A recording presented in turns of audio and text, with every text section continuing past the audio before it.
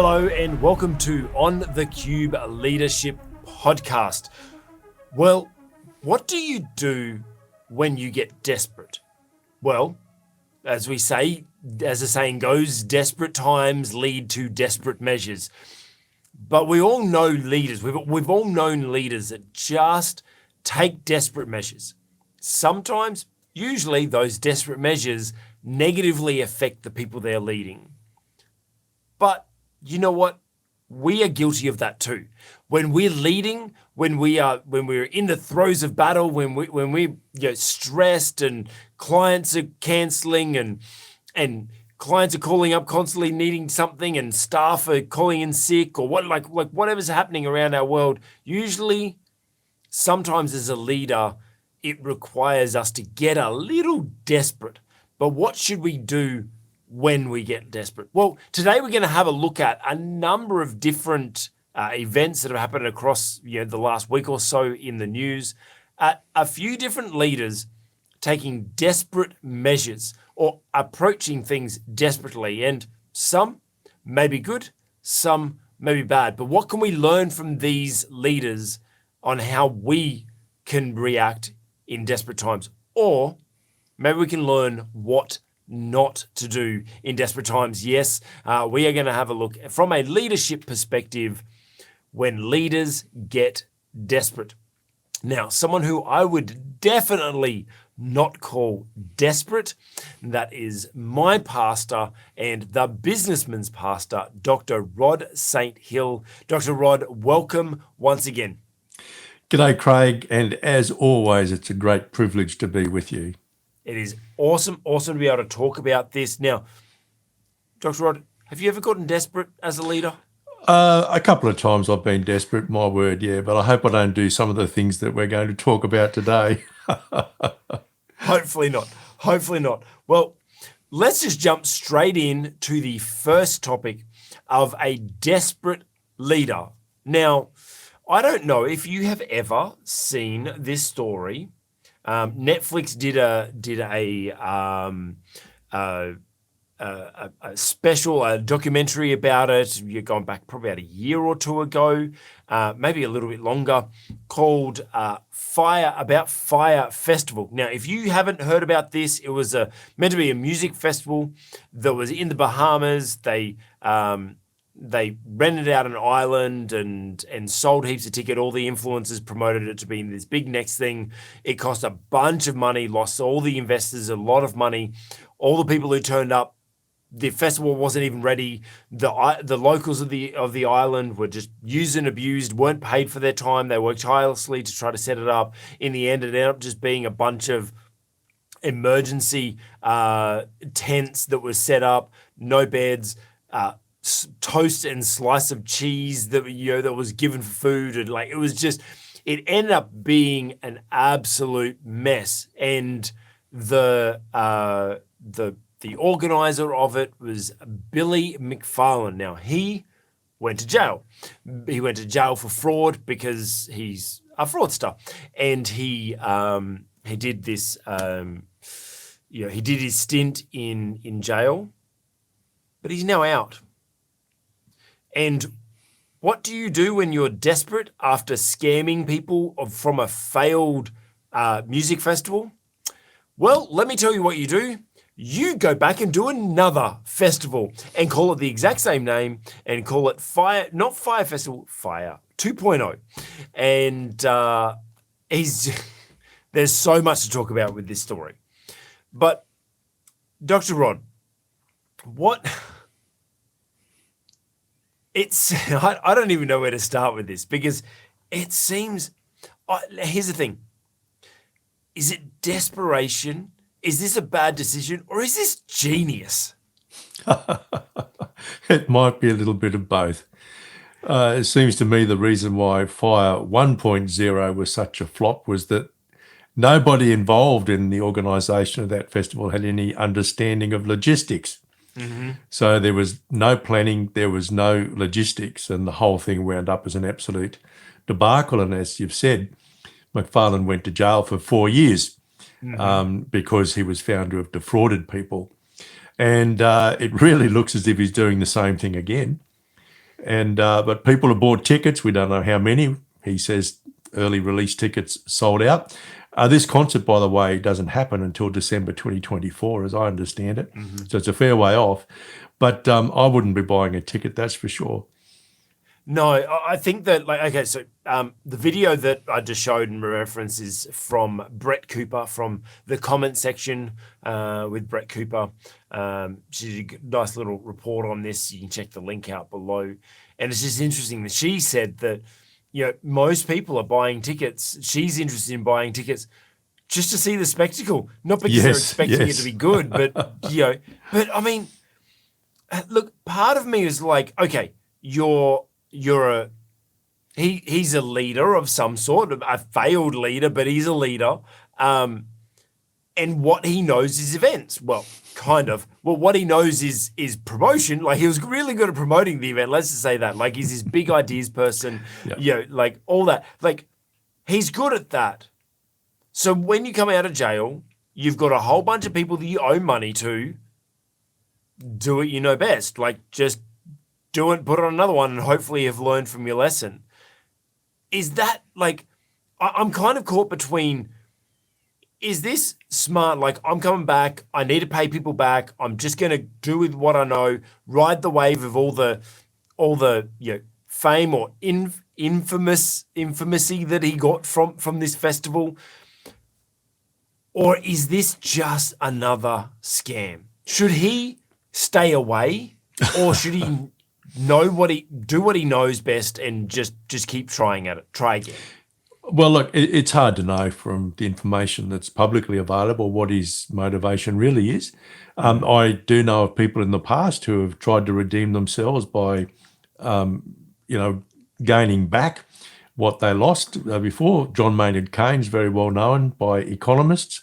He used to invest money on behalf of friends. He lost a lot of money during the Great Depression and then spent many years after that getting it all back again. So some people have the highest of possible motives, but it's very hard to know in this case. And I think buying a ticket is certainly risky because it looks as if he's a one-man band. We're not really told anything about an organisation which is being built to ensure that the logistical failures that lay behind the debacle of Fyre 1.0 will not recur. So, you know, if I was a regulator or if I was, you know, involved in law enforcement or anything like that, I'd be wanting to know, well, what is the organisation that you've established that sits behind this, so that we can have, you know, some sense of comfort that you're actually going to pull through, and that this particular version of Fyre will actually turn out to be okay this time. Yeah, I would hope that he's learned from his lesson. But I think that talking about desperate leaders, you know, obviously he's been in jail. He has a big debt of people to pay back. He's in a desperate situation. And I kind of feel like when we get desperate, we need to stick to what we know. Like, think of, like, well, what assets do I, like we have. When I talk with clients, when we get into a desperate situation, I do this, you know, which is I call it a gun to the head, you know, activity, right? Let's say someone you love unconditionally, immensely, someone's holding a gun to their head and says, you need to succeed at this. Or if, like, I'll have a client that they're like, oh, we need to make an extra $10,000 a month or whatever it may be. It's like, okay, so if someone's got a gun to someone, you know, to the head of someone you love, write down on a piece of paper right now what you can do to make $10,000 more a month. And I say, don't stop short. Like, don't stop short. Even robbing a bank is something you can do, right? We're not going to, but just write it down. Like, that's the thing. Like, just get those creative juices going. And so it is really looking at what's your resources. What have you got? When you're in that desperate situation, what resources are available to you? What skills have you got? What can we use to be able to get ourselves out of this situation? And I kind of feel like he's doing that. Like you said, we don't know the full story. We don't know what's going on. And please, I'm not defending him.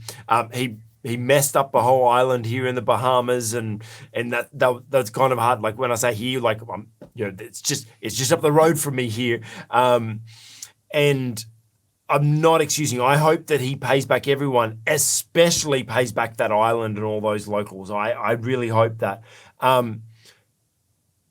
But when we get desperate as leaders, we should stick to what we know. But I think that the key is here is we need to make sure that we learn also from our mistakes. And we need to go back to, like you said, his issue was logistics. He had the connections. He had all the biggest acts. He had the promotion. He knew how to get the funding. He knew, like, that's his skill set. But one big thing that was lacking was the logistics, actually executing on things, because he's just, I mean, look, we've all served under leaders, either worked or at church or whatever, that are just big visionaries. They are just, their visions are too big for their abilities, and so they just run too fast, and it could have been really good if he had someone that was actually executing on all of his big ideas, because he was like last minute, he's like, let's just do this. This will be a great idea, and let's do this, and that'll be a great idea. So, I think part of the challenge here is getting back to what you know. And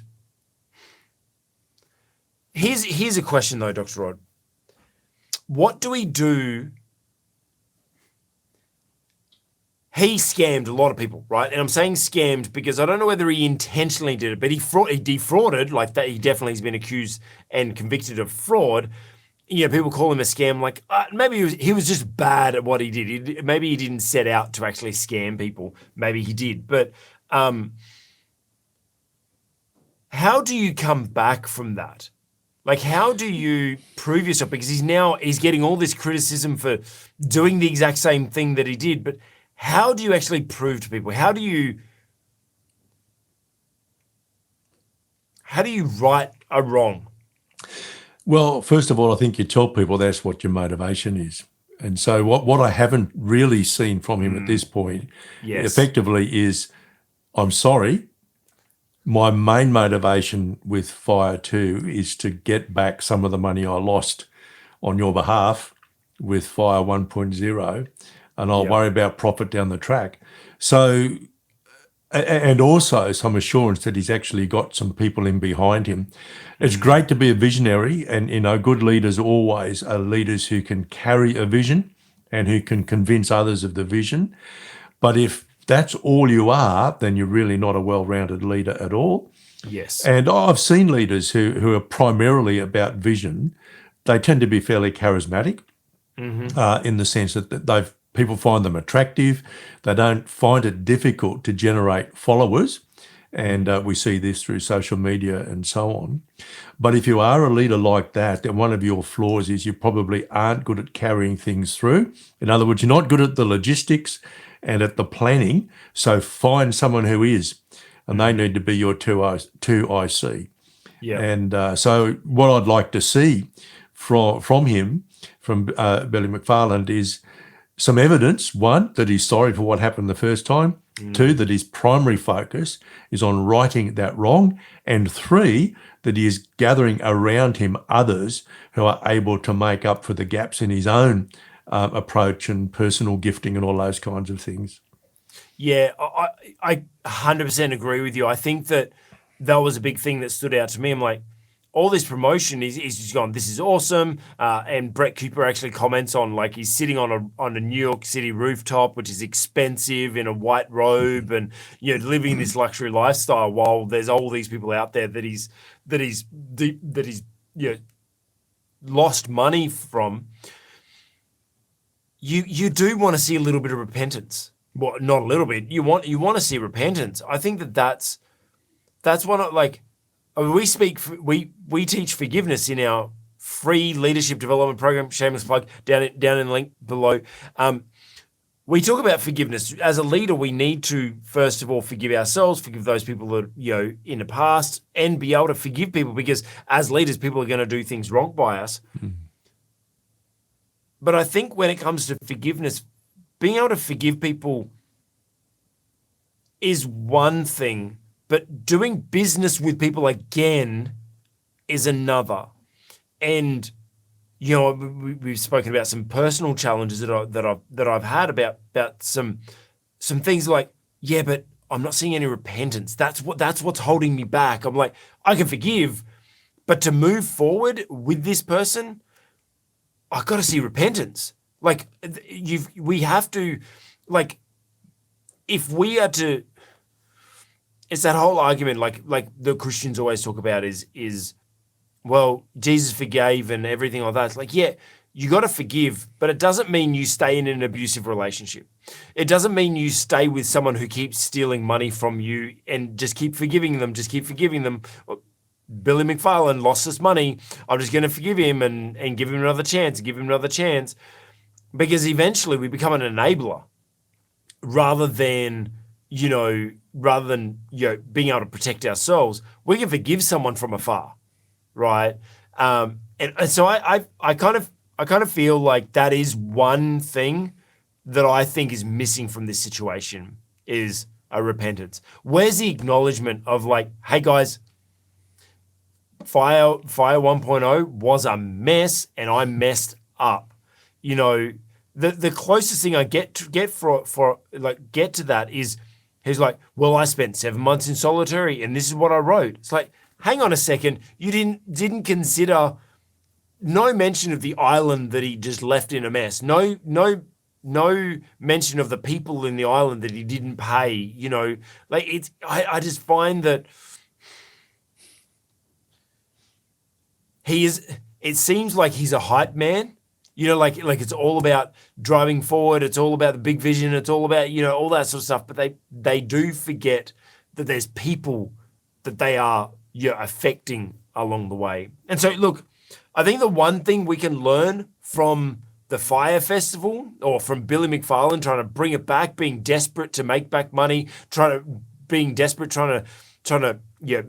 make up his, reclaim his fame and clean up his name. One of the things we can learn is, well, number one, I think when we get into desperate times, we need to make sure that we look at what are our resources, what's available to us, what are we good at, what are we skills, what's immediately available around us. That's a good thing.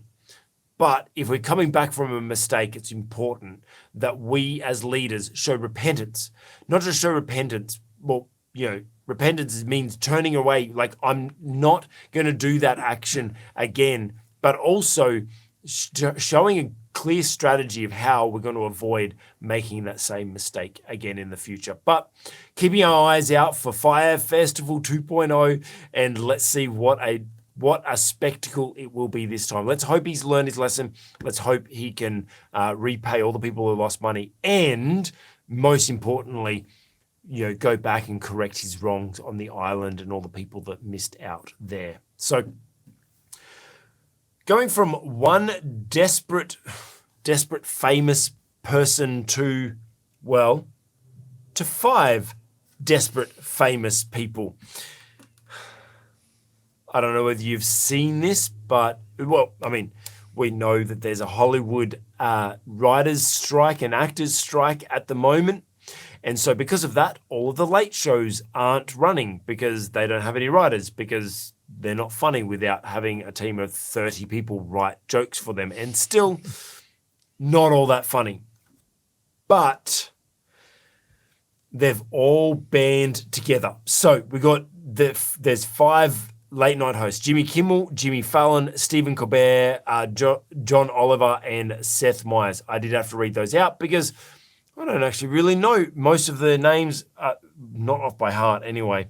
Not overly excited about those guys. But they're doing a podcast. Not being able to do their shows, their late night shows, they're getting desperate, and they're like, well, we need to put out some content, and I'm sure that their bosses are, with them paying them millions and millions and millions of dollars each year, trying to get them to do something. So why not just do a podcast? So there's a link below where Stephen Crowder actually responds to this, and that's what you're seeing right now. He's responding to the absurdity of these 5 and the ad that they put out, the sizzle reel or the promo of this. Dr. Rod, 5 late night hosts doing a podcast, and as you can see from this footage, literally in their bedrooms and just in like come on, they're earning millions of dollars. Can't they do it? I don't have a big budget, and I've at least got a decent background here. And Dr. Rod's like, well, you had your fancy black background that we had the last few weeks, but you decided that you want a little bit of life, a little bit of warmth behind you, and at least that's a nice background. These guys are on millions and millions of dollars a year. I don't get it. Is this desperation? Well, I've got no doubt it's desperation. But my immediate reaction was, well, good on you for having a go, because what's happening, of course, is that late night TV shows are not really being watched by as many people now as was the case. So the audience have tended to fall, particularly among younger people. Yep. And there are lots of people now doing podcasts that have, in fact, got more people watching than have the late night shows. Although it's a little bit difficult to make comparisons because the data are not quite comparable. But, Crowder himself gets something like 3 million viewers. Not that they necessarily stay for the whole of his show, but he's doing very well. Yep. I take your comment about the backgrounds not being very professional. Now, we don't know what it will look like with the full podcast. But, I think good on him for having a go. But just the teaser there wasn't enough to make me want to watch, put it that way. It wasn't all that professional. But I think, maybe this highlights the fact that they rely so heavily on their writers for material that these people are not necessarily funny people at all. Yes. They just happen to have a few writers who can actually produce a bit of comedy. They're actors. Yes. Reading their lines, and maybe people will become more aware of that now as a result of the writers' strike. I just don't think this is going to do much good for their careers, and maybe as desperate leaders, they might have thought of something else. Look, I don't. I'm not critical of them for giving it a go at all. Yeah. But like you, I think they'd probably have to do something a bit more than they appear. Look, it looks as if they're just going to talk with each other for an hour or so. That's what they said, yes. for an hour or so. What was it? We're going to have an hour or so. Well, I don't know. Who's going to watch it? I just don't know. And I don't know what their studios will think in terms of whether or not they're in breach of their contracts and so on. It's interesting, but in a nutshell, good on them for giving it a go. But maybe they need to talk to a few professionals first so they get a few things right. Well, actually, it's interesting that you say speak to a few professionals. But the thing is actually the podcast world is full of people that are doing the podcast are not professionals. That's kind of like the ones on TV are the professionals, and the ones doing podcasts are just backyard or Well, a lot are, kings, Craig, but the ones with the big audiences, we've talked about this, in earlier podcasts. A lot of those who've got the really big audiences, they do have a good studio set up. 100%. Sure, you see their microphones a lot of the time, but they do have a good setup. And as we've noted before, many of the best are former comedians, or they're still comedians. Yes. And they took to podcasting partly as a result of the COVID lockdowns and so on. And some of them now, like Crowder, they have very large audiences. There are others. We talked about Brett Cooper a little earlier. She's absolutely amazing. Like, she's incredible. I would say she's highly professional. Yep. No, the studio. You know what I mean? I agree with you. I was kind of having a dig. I believe, 100%. I believe that the podcasting world they're professionals, but it's kind of like, it's interesting that the podcasting world was kind of the underdog, the person setting up their studio in their own home. Sure, it's kind of against the studios, democracy of it's democracy in broadcasting, really, because anybody can have a go. And you're right. Yep. All you need is a smartphone. That'll get you going. A smartphone stuck on a stick somewhere, and that's enough to get you going. But it probably isn't enough to win you a large audience. No. I just look. You mentioned about the studios. I reckon the studios are actually probably put them up to put these guys up to it because they're like, you guys they aren't might have. working. You guys need to go out and create some content and stuff like that. Going back to our previous story, yeah, when you're desperate, like they've got no work, they're not allowed to work or they can't work without writers. They're getting desperate. What do? You look at what resources, what skill set you have. Okay, let's do a podcast. That's like the next stage. But I think what you mentioned was it will expose, and I think that's what happens in desperate times. Desperate times really expose your character. It exposes your skill set, your ability, because during good times, there's a lot of leaders that coast by on just the fact that it's good times, or just because there's heaps of funding at the moment, or maybe coasting off their team, like we're talking about with the writers. And so you have, in good times, bad leaders can hide in good times. But when things get tough, that's when bad leaders get exposed. And I actually kind of found that during COVID as well, that it really highlighted bad leaders and it showed good leaders really stood out. And I kind of see that as this story of like, well, we'll see if they can stand on their 2 feet, and this is going to really expose who it is. So what's your advice then to a leader? I'm not going to call them a bad leader, but let's say that they may have been riding the wave of good times, or they may just happen to have a big budget that kind of hides their lack of ability, or they've just got an incredible team that are kind of, compensating for their lack of ability to lead. What's the best way if you identify that that's who you are? You're feeling a bit of imposter syndrome and stuff like. What can you do to improve yourself to be ready for those desperate times when they come? Well, I think probably the most important thing is to be honest with yourself. So you need to be honest with yourself about the degree of reliance that you place on other people. Yeah. And I think, generally speaking, except in times of war or natural disaster, most leaders, certainly good leaders, will actually have built up a team, and that team will especially make up for any deficiencies that they have themselves. And so you need to acknowledge that, because I think that gives you a certain security, believe it or not, to know that you are relying on other people to make up for deficiencies or gaps, or to even improve the capacities that you have. And if you do acknowledge these yourselves, then when times get tough, you will have a tendency to go and seek their help rather than rely on your own resources to get yourself out of whatever particular sticky situation it happens to be. Yeah, that's really good. That's really good. So I suppose the lesson we can learn from this is just be warned that in desperate times, you may not. Let me start again, because I don't want to say like you're a bad leader, but our faults or our where we lack as leaders will be exposed during desperate times.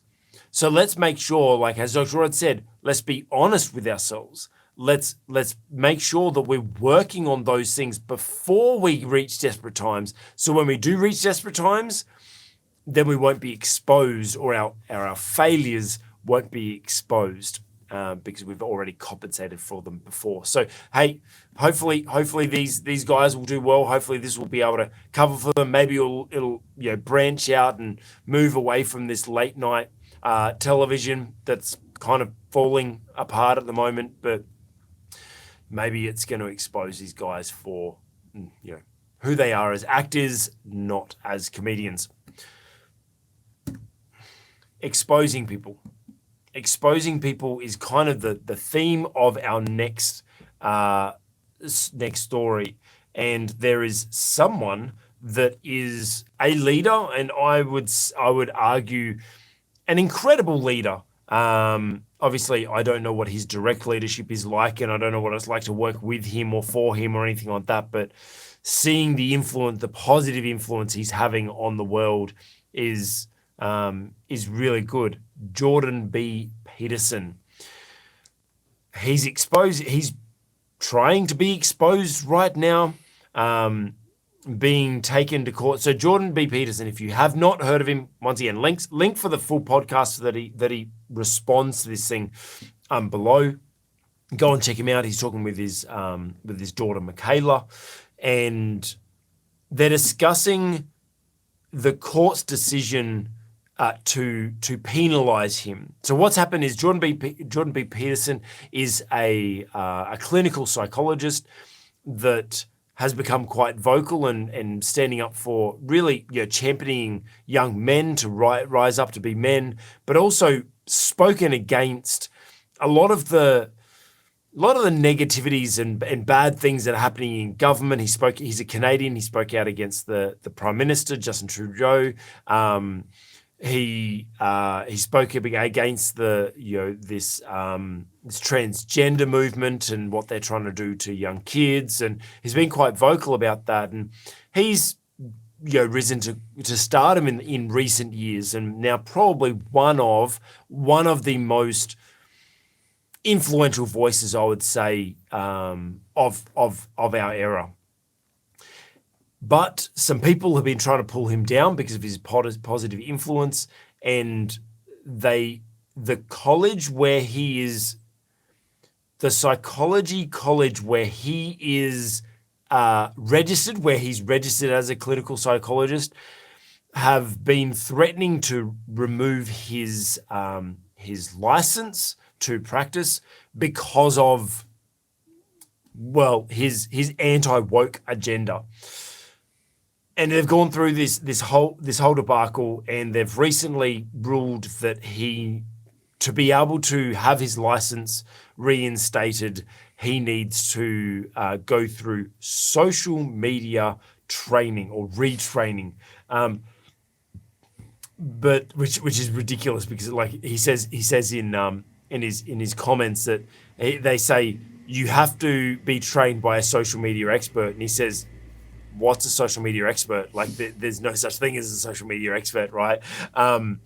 And so because there's no qualification, there's no degree in it, there's no whatever. But he's in a desperate time, and he seems to be responding really well in this, and he's standing firm. He's staying focused on his cause, on his values, on his beliefs. But Dr. Rob, as an academic, because he's an academic, he's lectured. One of his big issues was his lecturing at a university. How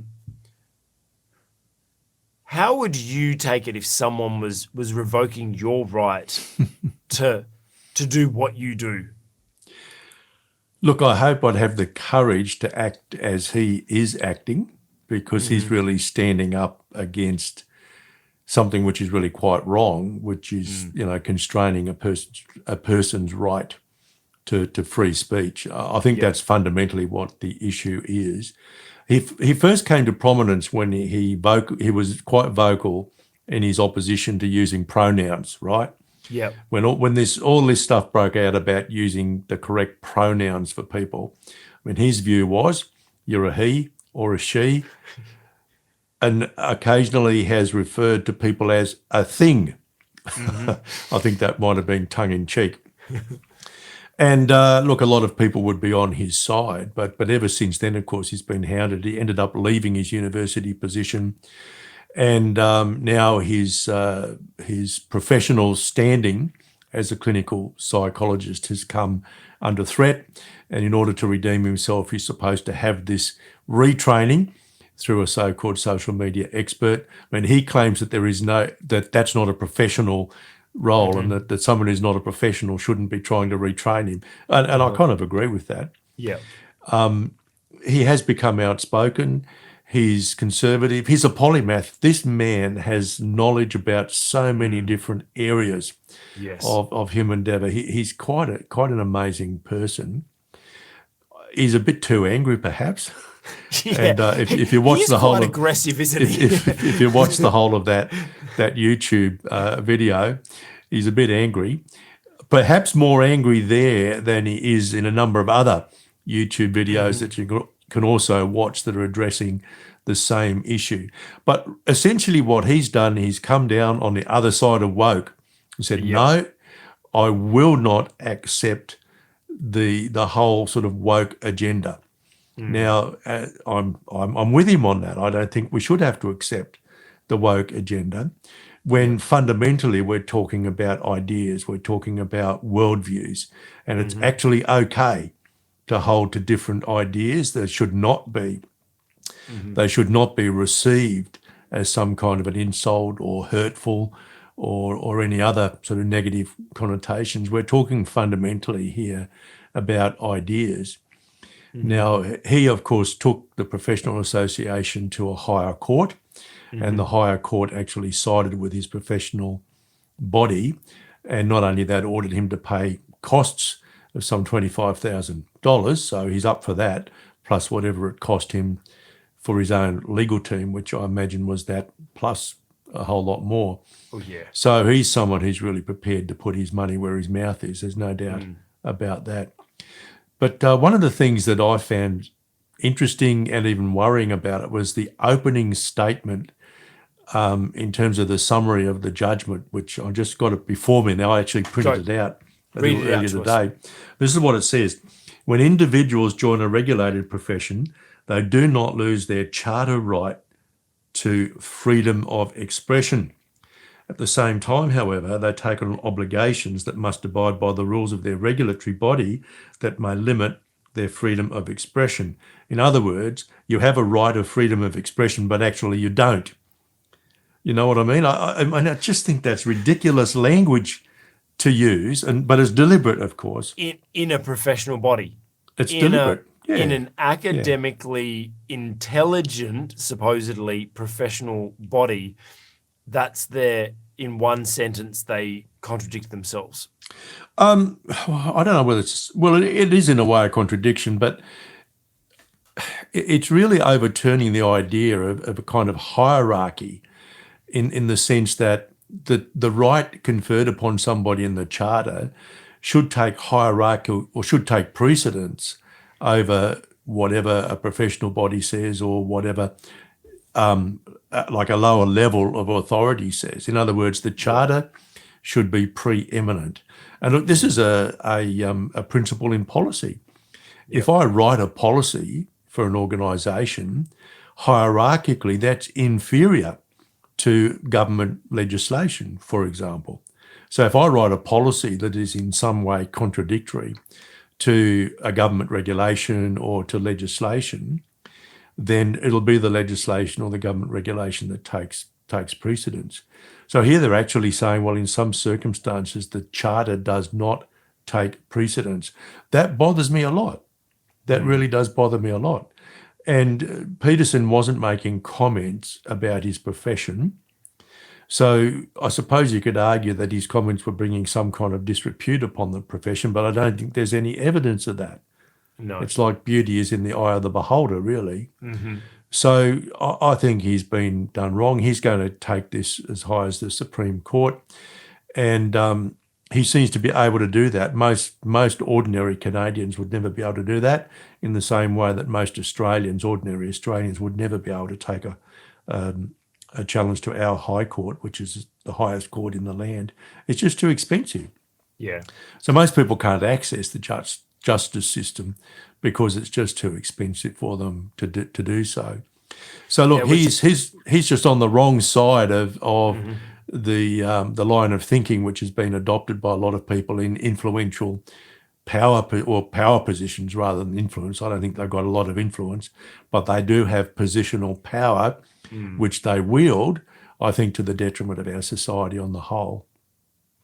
Yeah, I feel like, I mean, like he says, he goes, well, I'm just lucky that I'm the sort of person that can afford to do this, that if they revoke his license, it doesn't affect him because he's not actually practicing anyway. The cost is not important to him at the moment because he's making so much money now because he's shot to stardom. So luckily he's in a positive financial position that he can afford to take all this attack, as well as he has the exposure to be able to fight this as well, and not just be silenced. So he also he mentioned that he's got, this is only just one college in Ontario, but he's actually got invitations to join other colleges in other states or cities or whatever provinces, I think they call them. He says I can just go to a different province and get registered there, and it's fine because I've got invitations from other places. I didn't understand him to say that. He did talk about 3 other jurisdictions. I'm not sure whether they're in Canada. It might be a bit difficult. Yeah, they were in Canada. Canada. Might be a bit. They were they? Yeah. Okay. Yeah. And it just seems like those colleges only, from what I understood from what he was saying, they only have that college is registered in that state, and then you can go to a different state or province or whatever they call them over there. Yeah. It's a very troubling situation, really. You know, the funny thing is, if no one had taken any notice of him originally, we wouldn't know who he was. He'd still be working as an academic and publishing every now and then. And but you know, the people on the woke side decided to take umbrage at what he had to say, and they actually launched him into a global figure who's influencing hundreds of thousands, if not millions of people with his own kind of rhetoric, and he has logic on his side. Yes. Really. Yes. So they shot themselves in the foot well and truly. Yeah, it's almost like I'm gonna do a Batman quote here, and I'm trying to get it right, but it's like it's the, what was it? It's not the hero they wanted, it's the hero they needed, or something like whatever that quote is. It's just really interesting that it's kind of all things lined up for him, right? That he's the type of person that has good moral grounding. He's really intelligent, really knowledgeable in different areas, is vocal about what he knows about, also has now the financial backing to be able to do it. And so it's kind of all these things aligned so that these attacks, it almost feels like you can see God's hand in this, right? It almost feels like you can go, I can see that God kind of set him up a little bit, or maybe not set him up. Maybe all these troubles happened and God kind of went, okay, you're having these troubles. Let me provide for you. Let me give you the position that you need. Let me give you the finances you need. Let me give you, and it almost seems like he was born for this, because just to see his fortitude against this, and none of this seems to bother him. I mean, sorry. Bother's probably the wrong word, because it does bother him a lot. It bothers him. And it has affected his health. I don't think there's any doubt about that. But he even says that I think he spent a lot of time over Christmas, mulling over this whole thing, and it probably actually ruined his Christmas. Yes. He's an absolutely amazing person. He clearly is extremely intelligent. But I do think he's genuinely angry. Yes. He certainly was on that video. As I said, I've seen a couple of other. He's done interviews with other podcasters on this topic, and he doesn't seem to be quite as emotional. But he just puts everything into it. I just hope he gets a weekend off every now and then. That's all I can say. But look, his qualities as a leader, clearly he's an influencer because so many people follow him on his own podcasts. And he's sought after by a lot of other podcasters as well. He's inspiring. I think he inspires a lot of people too. But I don't know whether he probably does empower people because they listen to him and they can use some of the arguments he uses in their own situations. But whether or not he'd be the kind of person who could create, develop, and lead an organisation, I'm not so sure. Yeah. And I'm not sure that it matters, because I don't think he's trying to do that at all. That's not his calling. Yeah. No, I don't think it is. I don't think it is. But in terms of leadership, leaders, I think, do need to be the kind of people who can develop organisations as well. So, if he was going to do this, then quite clearly he'd have to bring in other people. Maybe Michaela, maybe she's got, she's certainly inherited many of his qualities. She might be the right person to be his 2IC, I don't know. But she herself is hugely talented as well. So yeah, he's inspiring. I think he does empower people because he gives them arguments that they can use. He certainly is an influencer.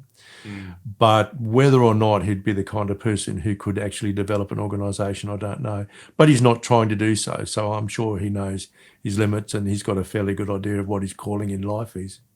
Yeah, that's really good. So what can we learn from Jordan B. Peterson, in desperate times of him having his license revoked from him and all these crazy attacks against Jordan Peterson? What can we learn? Well, number one is know what your moral standing is. Know your values, know your core values, and stand strong against them. Just stand up for what you know. But another thing, just as a side note, you be prepared. Have the extra, set yourself up financially just in case you're going to hit desperate times. Be prepared so that when desperate times do hit, that you have the resources, the ability to be able to fight through those times. But please, like Jordan Peterson, stand strong stand strong with your convictions. But also, as another thing, I will just say, hey, let me encourage you, go and check out Jordan B. Peterson. If you have not seen his stuff, go and search him now. Go and watch his, after you watch this video. Go and check out his stuff. Links below for all of their, for the links to his channel and his video. Incredible videos, incredible teaching series that he does. He does incredible video interviews with some amazing leaders. I think that, as Dr. Rod said, he's an incredible influencer, and I think a real positive influence on society nowadays. Positive influence on society. Maybe, well, another person that we've spoken about as a positive influence is Tucker Carlson. Tucker Carlson. This story is not necessarily about Tucker Carlson, but it's about something that Tucker Carlson said, and there's a report, like Tim Pool from Timcast. He did a report on this, and links below, as always, where they were talking about Tucker Carlson predicts that there's going to be a hot war with Russia to defeat Trump in election. Now, there's actually a bunch of stuff going on at the moment. There's a bunch of other videos going around about why there's going to be a nuclear war and stuff like that right now with Russia, and the reasons why yes and no. I think that there's two kind of probably three desperate leader stories out of this. Is first of all is, and I don't think this is true, but like it could be argued, is this just Tucker Carlson being desperate to try to get views, making some, crazy accusations? No, I don't think so. I think that, there's a lot of evidence. A lot of people are saying this. Number two is, as this report says, they say that this is the Democrats trying to get this hot war to happen so that Trump will be, or all the rules will be changed in the election and Trump will be defeated in the election. Now that sounds desperate leadership for me. And then the third really is, well, leaders resorting to a hot war, like with nuclear bombs and all that sort of stuff, Russia and America and all the other countries that are involved in this.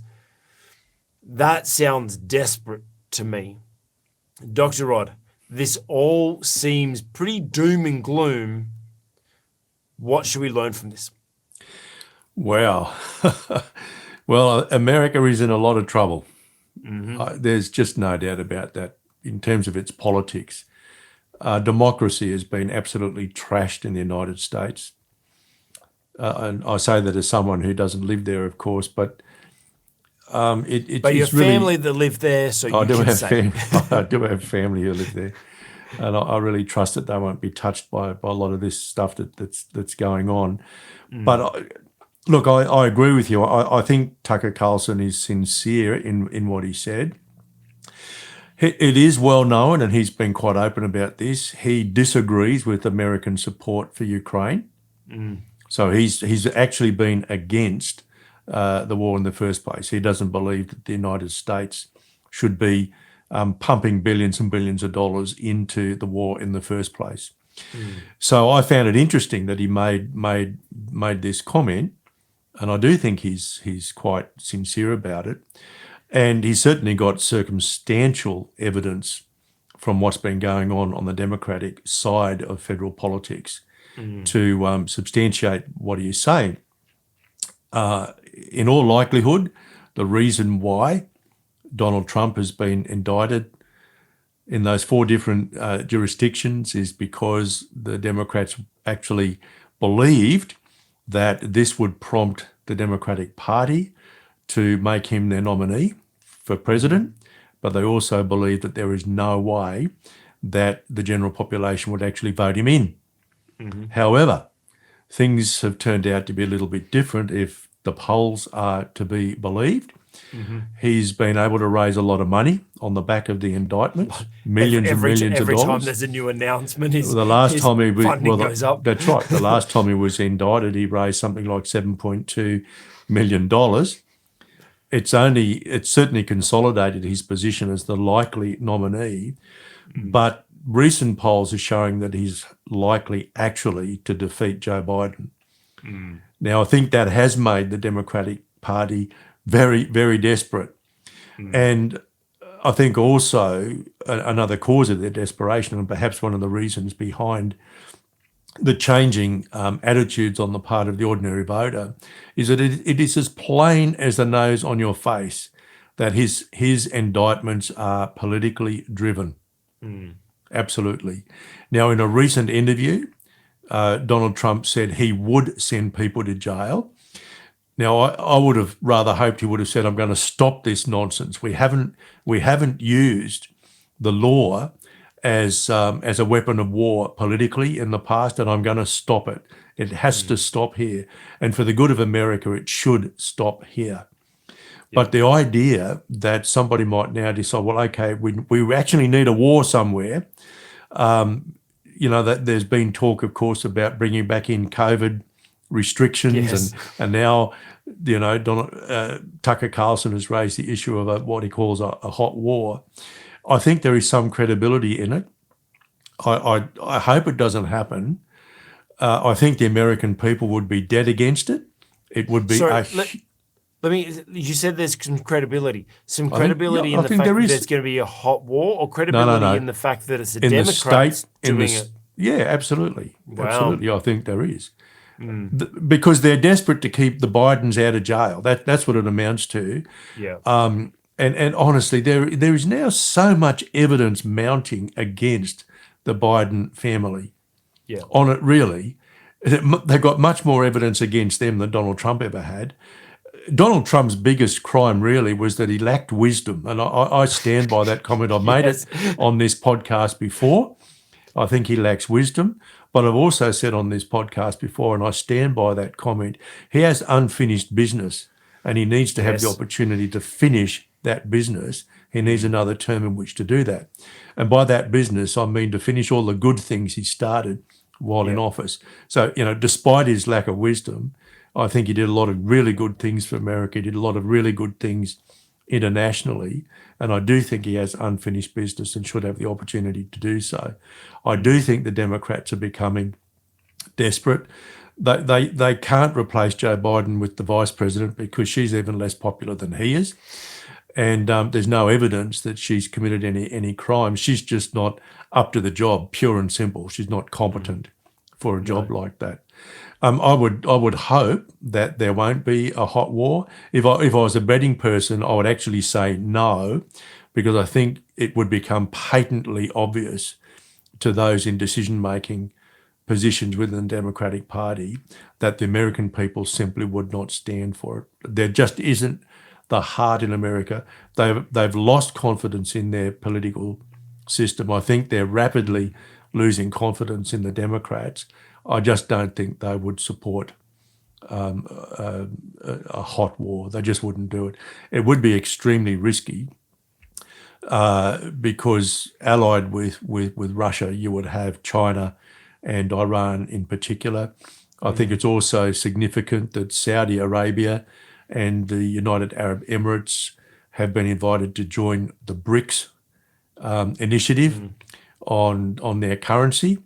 So basically everybody that America has upset during the Biden presidency is kind of banding together, and they'll form a very significant opposing force, I think, to the Americans. It's a very sad state of affairs. I hope it doesn't happen. I really hope, for the sake of American democracy, that they can pull back from weaponizing the law to score political points. It's a dreadful development. I was very sad to hear that President Trump apparently is going to continue with it as kind of payback. I think it would be a statesman-like thing for him to say, you know what, this is bad for our country. We're going to stop it. It doesn't seem like that's in his character, though. Well, you never know, but he's very pugnacious. Yeah. Look, I think the biggest damage that President Trump did while he was president was to really make America more isolationist. I think he had an isolationist trade policy. And really the world has only enjoyed the benefits of trade in a major way since 1945. And that's because the American Navy was keeping the trading routes, the sea routes open. And they were doing that because of the Cold War. With the end of the Cold War, their reason for maintaining naval presence on the oceans and protecting trade routes has kind of become much less of a force. It may be increasing now, but the whole world has benefited from the supremacy of the United States Navy on the high seas, and we're seeing that diminish in a big way now. So I see a lot of economic dangers here as well. So moving on from the political desperation, because that's ridiculous, and hopefully I think there's wisdom in what you're saying. I mean, I know there's wisdom in what you're saying, that it needs someone to just stand up and stop it. So in desperate times, it needs a leader to just stand up and stop. But that's it. Just draw the line in the sand. And I think that's a good point. The next desperate thing that I kind of wanted to talk about with this was the desperation of the actual war itself.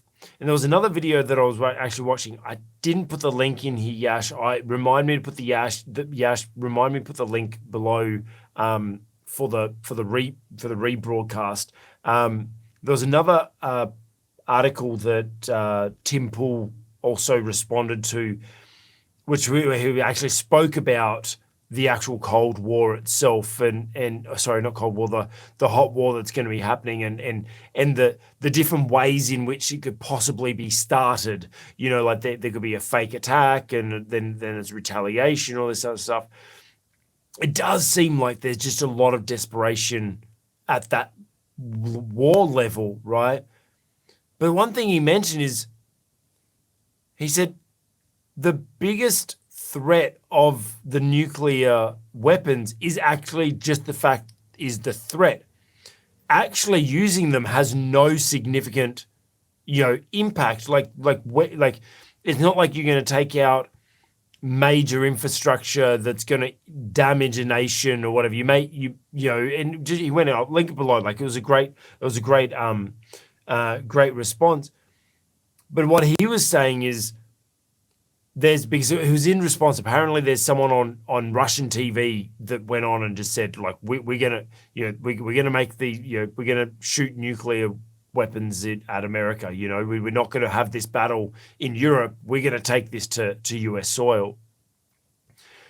And he said he doesn't see that there's ever going to, there's no reason for the actual firing of it, because all of this seems to be just, it's powerful, the fact that everyone's threatening, but as soon as they release them, that's it. It's done then. Like what's going to happen, and it's going to be retaliation, but why are they going to retaliate or whatever? What's your take on I suppose for leaders, should we be concerned that there's going to be a World War III? Is there going to be a hot war? Is there going to be nuclear weapons? What should we as leaders know about this and be prepared for this? Okay, the first thing to say is it's absolutely impossible to put a probability on it. Mm-hmm. In circumstances like this, you can't put a probability. And the main reason is in order to be able to put a probability on something, you need to have lots of repetitions of it. It's like tossing a coin. You've got to do it a lot of times to figure out that you've got 50% chance of getting a head, 50% chance of getting a tail. And you've got to toss that coin a lot of times to see that those percentages work out. So there's no point really in trying to put a probability. You can get a subjective probability, and I'm not expert enough on war to be able to do that. But what I would say is, yes, I guess it is a possibility. But I think the arguments against it are quite powerful because, one, the American people won't stomach it. And two, the European nations are very half-hearted about the whole thing anyway. Mm-hmm. Other than the UK, the other European nations have really not provided Ukraine with much that is useful, that's for sure. Yeah. Even Australia hasn't. The most useful thing we provided for them was some I think Bushmaster vehicles.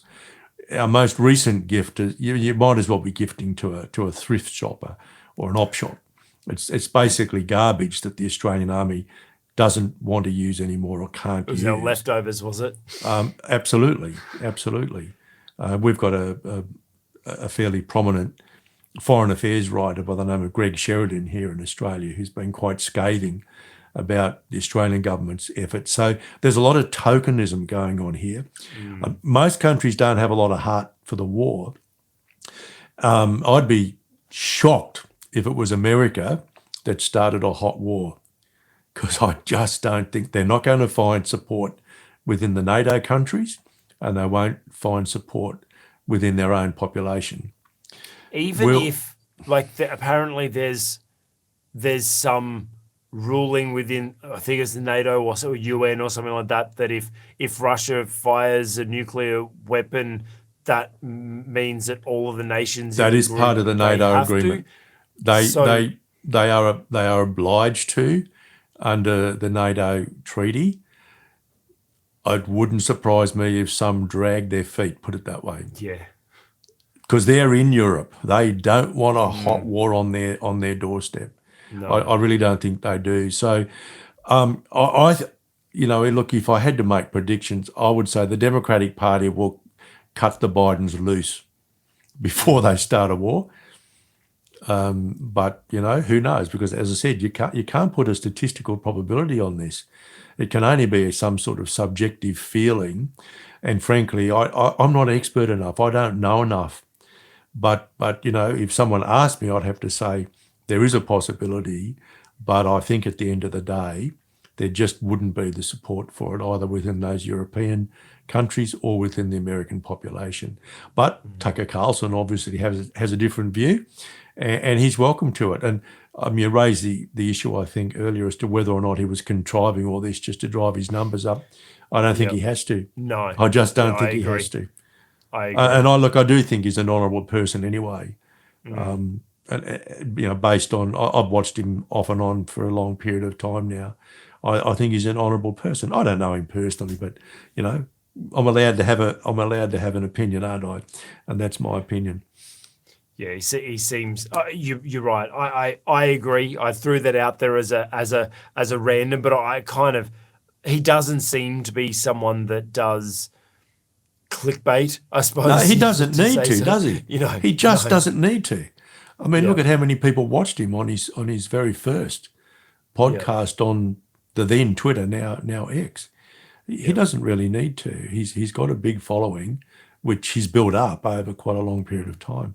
But just in terms of leaders, my reaction ultimately is I pray for righteousness in the United States, that the United States would be rid of the evil that is afoot, which is undermining democracy in that nation, and that the nations of the world would just hold back and not allow themselves to become engaged in a hot war. Having said that, and I know that the support for Ukraine is unpopular among some Christians, and they usually base their support for Russia or their lack of support for Ukraine on two bases. One, Ukraine is one of the most corrupt nations in the world, and yes, that's true. So is Russia. And there are many other nations that don't have anything to be proud of either. If you have a look at Transparency International's ranking on the basis of corruption. And the other thing is history, that the Ukraine was part of Russia historically. Now, I actually don't think either carries much weight. What's at stake here is the fact that one country invaded another, which at the time was established as a nation with borders that were recognised generally. So who was in the wrong? I think Russia was in the wrong, and I would like to see Ukraine win the war, but I don't think it can, with only the United States doing the really heavy lifting in terms of supplies to the Ukrainians. Other than the United Kingdom, really, other countries haven't really done their bit. That's my view.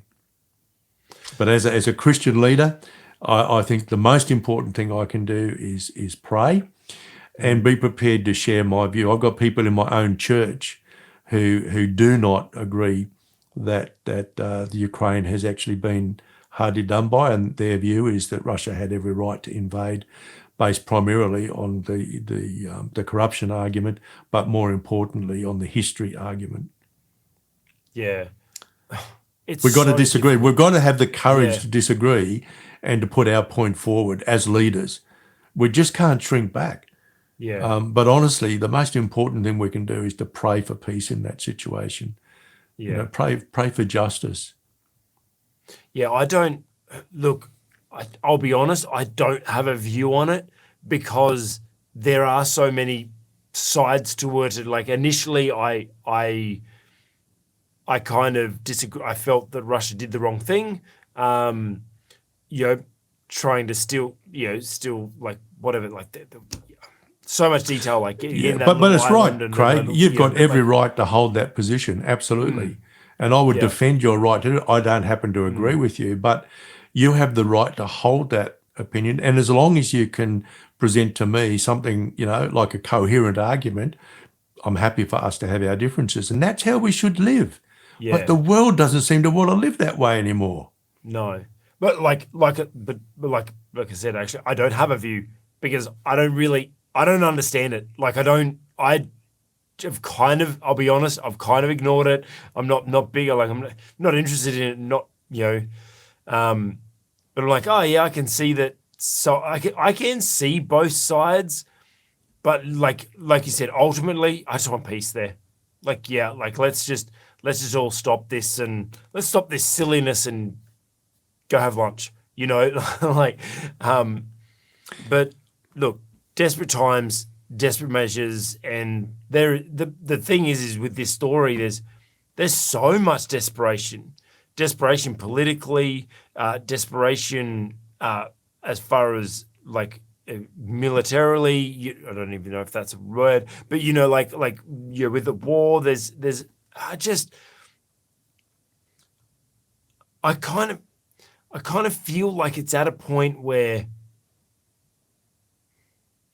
what's the right way to say this?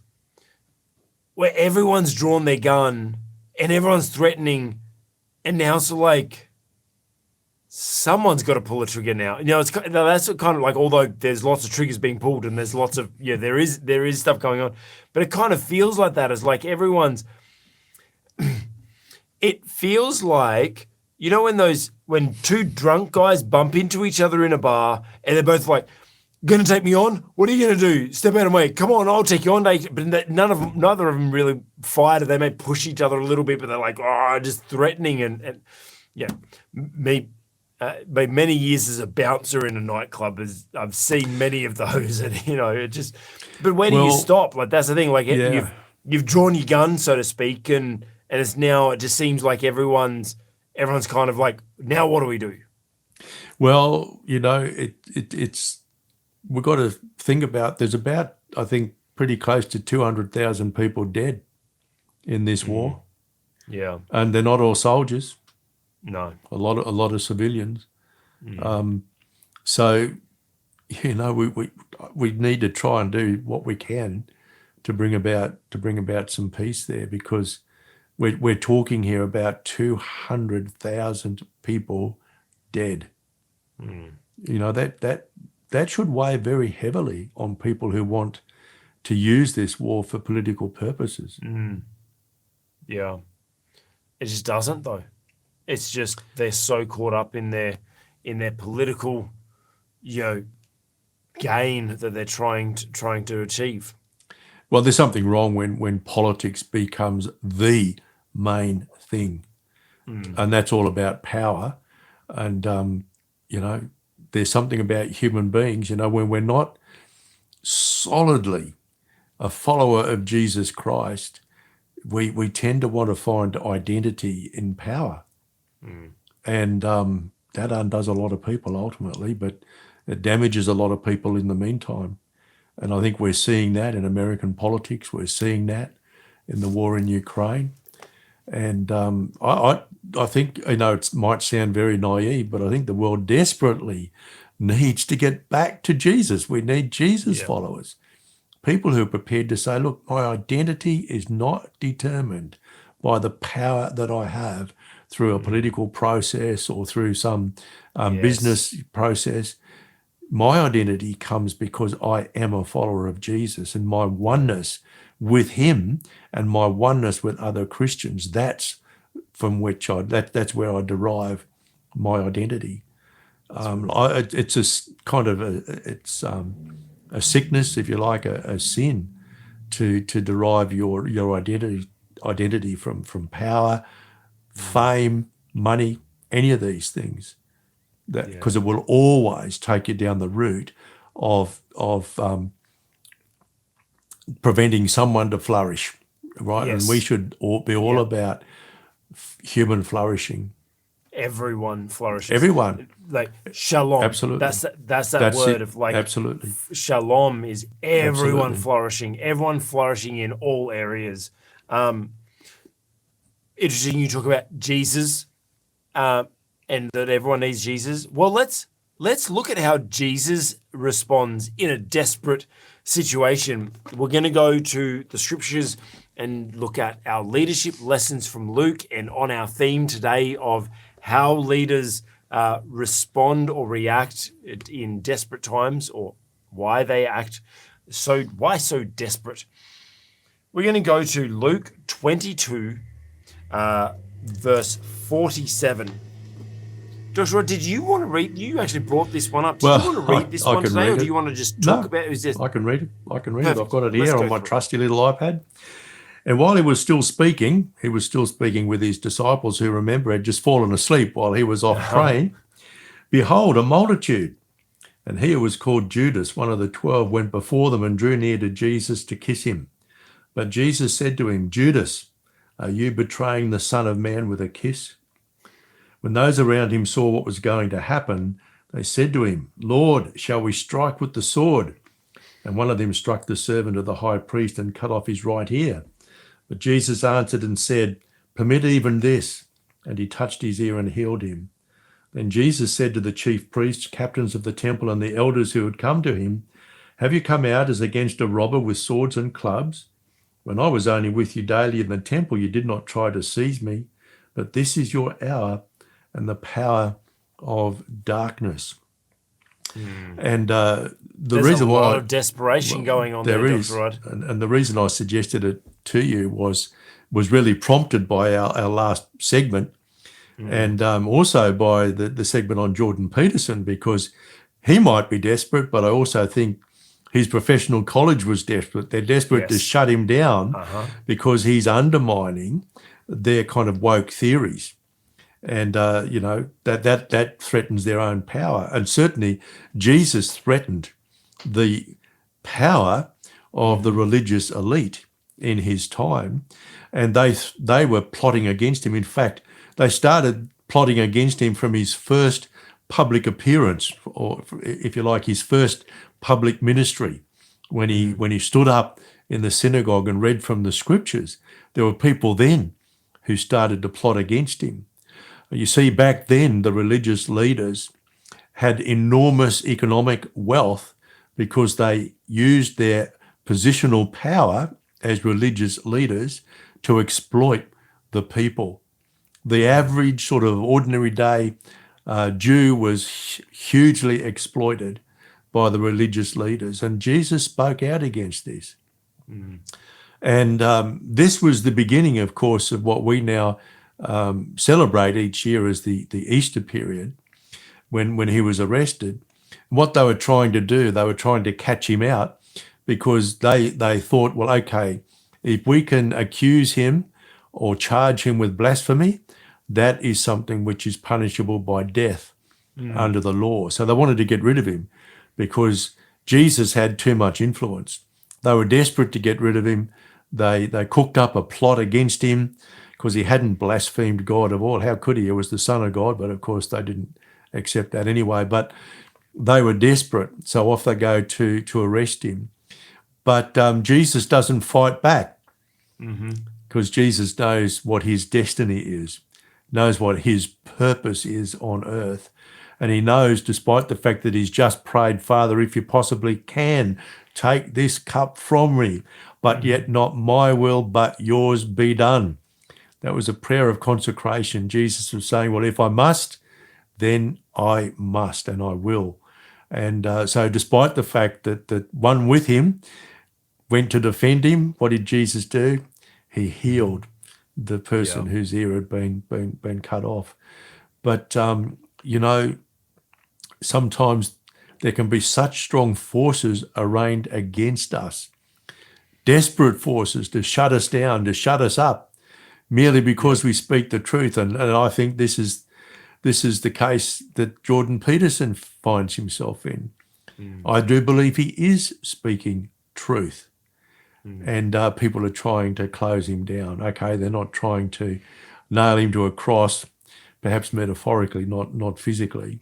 Yeah. But, Jesus was facing the most horrifying death of all, not only physical, but in terms of his identity. It was a shameful thing to be nailed to a cross because you were nailed absolutely naked. And that was a terribly shameful thing for a Jew. Yet he, as a leader, knew his purpose and said, well, you know what? Whatever they do to me, I will not resile. I will fulfill my purpose. Yeah. There was a lot of desperation going on. Like you mentioned, the desperation of the religious leaders and how they reacted. How do they react? They went into defensive mode, like let's cut everything down that's threatening us. Judas, there's desperation. He just wanted to make some money, right? Like he felt...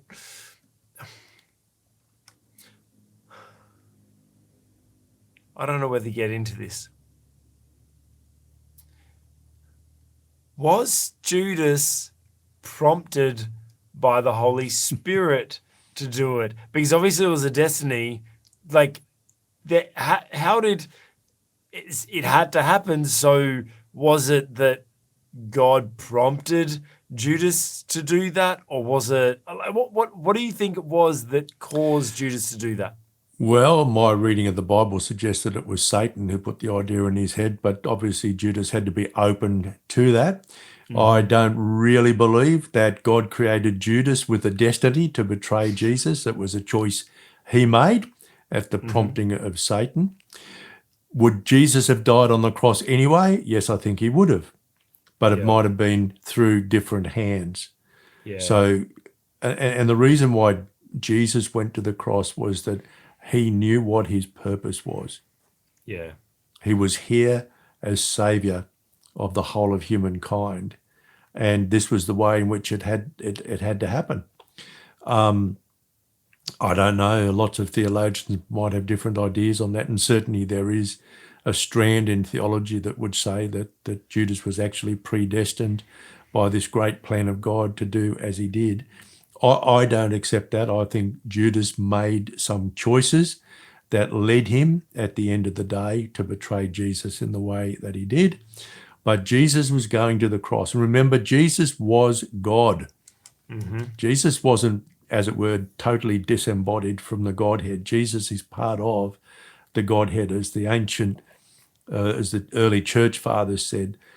Yes, the Trinity is one in three, three in one. It's one substance. That's the oneness. There's one substance. So Jesus was God. We must never forget that. It was God who went to the cross. And this was God's way of redeeming humankind from sin. So, there's so much I want to get into with that. So much I want, but I think that's a whole nother conversation for another podcast. Let's look at the desperation in the moment then, and how different people reacted, and kind of I want to finalize on what you mentioned about Jesus earlier, but desperate measures, in that desperate moment, Peter and the disciples got up and fight. Peter chopped off someone's ear because, well, Peter will be Peter. Well, that's what you do when your best mate gets arrested, isn't it? Exactly. Like, it's interesting that there's this desperate moment, and to see how different leaders reacted in this moment. Peter, who was like the leader of the early church, right? Like he's the one who launched it out in Pentecost, but how he reacted in desperate times, cut a guy's ear off. Like how crazy is that? All this trying to fight and everything like that, but Jesus stays calm. Like we actually spoke about earlier about how we respond in desperate times. You stay calm. He healed the person. There is going to be some collateral damage. As leaders, there's going to be some collateral damage. I think it is our role to make sure that we can try to make sure we minimize that collateral damage, or see how we can compensate those people, or protect them, or do something for those people that are affected by that. But at the end of the day, Jesus knew his purpose, and like we've said with a few of these, just staying true to what you're called to, like especially when we were talking about Jordan Peterson. I think it gives you great strength, Craig. When you know your purpose, then you find courage. Yeah, I don't know that it happens the other way around. If you agree. know your purpose, you will find the courage. And certainly that was the case with Jesus. When he said, Father, if you can, take this cup from me, but nevertheless, let it be your will that is done. He knew his purpose. He was able to bear the pain of the cross, the shame of the cross. He was able to bear that because he knew what his purpose was. I couldn't think of a better note to finish the podcast on, because our mantra is about purpose. Like that's kind of like the core of everything we teach. And you're absolutely right that how do we as leaders respond in desperate times? Understanding our purpose. If we know what our purpose is, stay true to our purpose and keep our eyes fixed on our purpose, then that's how we get through desperate times. That's how we respond to desperation. When we know what our purpose is, we don't become desperate. We become focused. We become resourceful. We know what our path is, and we don't succumb to the desperation of the moment. But it is crucial as leaders to make sure that we know what our purpose is. And you know what? I'm going to finish off with one last shameless plug. Check out our free leadership development program, which spends the first 10 weeks, yes, first 10 weeks of the program is all about helping you discover your purpose so that you can survive through desperate times. Check it out. Link in the description. But Dr. Rod, thank you once again for sharing your wisdom. Been another great episode talking about desperation. Thank you for sharing your time and wisdom. It's always really good to be with you, Craig, and I find this whole time very stimulating. And, in preparing for it, I'll learn a lot as well. So it's just a great way to spend a few hours every week. And I really do hope that people will tap into that free leadership course because, as you know, I love it. I've seen most of it myself. And, I've got great respect for your capacity in the whole area of teaching people to become better leaders. So thanks again for allowing me to join with you, Craig. I really do appreciate it. Thank you, Dr. Rod. And for you watching, thank you for watching. If this has stimulated you at all, give us a thumbs up, put a comment below, help the algorithm and stuff, and we'd love to hear from you. And you know what? If you want to see more of this and see all the videos that we put out, consider subscribing to our channel. But thank you. Hope you have a spectacular week, and we will see you next week. And we've got something special in store next week, actually. Dr. Rod and I are going to the movies. Yes, we're reacting to movies next week, so keep an eye out for that. Make sure you subscribe for that. Have a spectacular week.